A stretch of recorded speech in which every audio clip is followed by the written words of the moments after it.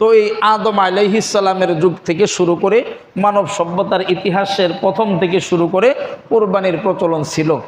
আর এই কুরবানি শুধু ওই যে আমাদের উপরে সীমাবদ্ধ, বিষয়টা এইরকম না, বরং এই কুরবানিটা প্রত্যেকটা যুগে যুগে প্রত্যেক উম্মতের জন্য ছিল।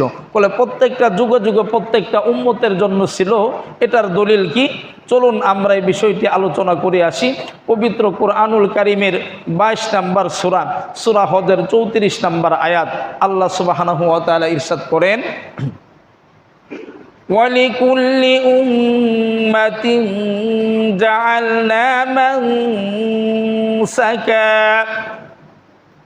مَنسَكًا لِيَذْكُرَ اسْمَ اللَّهِ عَلَى مَا رَزَقَهُم مِّن بَهِيمَةِ الْأَنْعَامِ। আল্লাহ সুবহানাহু ওয়া তাআলা সূরাতুল হজের 34 নম্বর আয়াতে কারিমার মধ্যে ইরশাদ করেন, ওয়ালিকুল্লি উম্মাত, বলে প্রত্যেক জাতির জন্য, প্রত্যেক উম্মতের জন্য, প্রত্যেক সম্প্রদায়ের জন্য, জাআলনা, আমি নির্ধারণ করে দিয়েছিলাম, প্রত্যেক উম্মতের জন্য আমি মাওলা পাক রব্বুল আলামিন নির্ধারণ করে দিয়েছিলাম, মানসাকা, যেন তারা আল্লাহ তাআলার নামে কুরবানি করে। সুবহানাল্লাহ। আর এই কুরবানি কেমনে করে, কি জন্য করবে? লিয়াযকুরাসমাল্লাহ, যাতে করে তারা বেশি থেকে বেশি করে আল্লাহ তাআলার নামের জিকির করতে পারে। সুবহানাল্লাহ।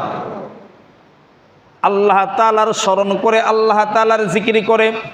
বলে আর এই কোন পশুগুলি তারা কুরবানি করবে? আলা মা রাযাকাহুম মিন বাহিমাতিল আনআম,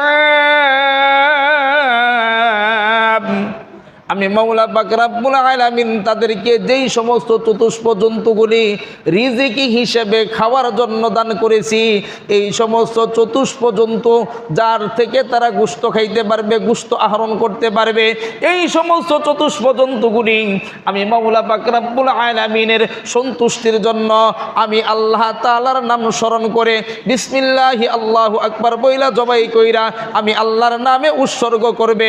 এটাই হলো কুরবানি।